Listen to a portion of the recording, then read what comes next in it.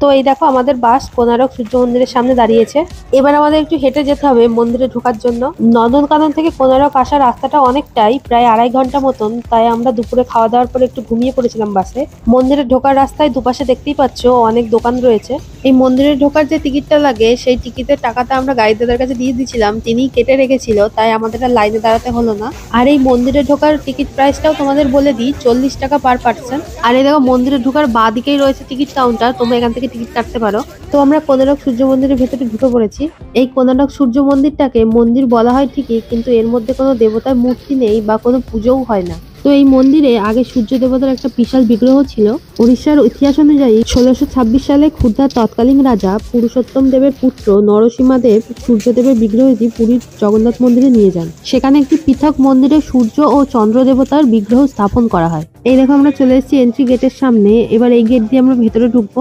এখন এই মন্দিরে ঢোকার এন্ট্রি গেট আর এক্সিট গেট আলাদা আলাদা করে দিয়েছে। আর এই যে সামনে যে সিঁড়ি রয়েছে, এই সিঁড়ি দিয়ে উপরে উঠলে মন্দিরটাকে ভালো করে দেখতে পাবো। তো চলো উপরে গিয়ে মন্দিরটা তোমাদের ভালো করে দেখাচ্ছি। Every day we escape, losing all of our faith. We can't live this way. Feel me slowly fade away. Feel me slowly fade away. As far as the wind will take me. Every day I feel time slipping, passing, skipping by. All the words I could say just can't really seem to stay. Feel me slowly fade away. As far as the wind will take me.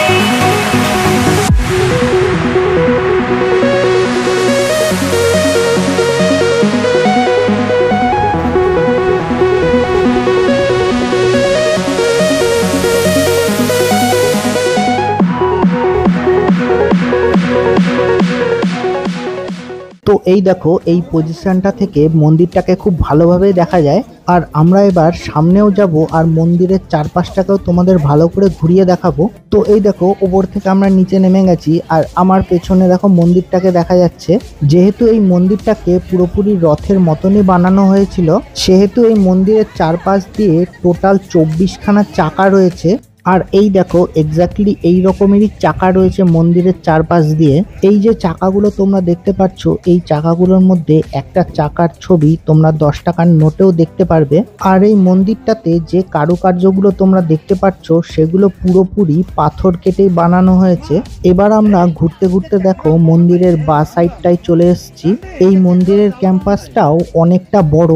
আর এর পেছনের দিকটায় এখন আপাতত একটা garden area রয়েছে। তো চলো তোমাদের সেখানে নিয়ে যাচ্ছি। আর এই যে দেখতে পাচ্ছ এটা হচ্ছে সেই গার্ডেন এরিয়াটা। এই সাইডেও মন্দিরের নিচের দিকটা লক্ষ্য করো, তোমরা এখানেও চাকা দেখতে পারবে।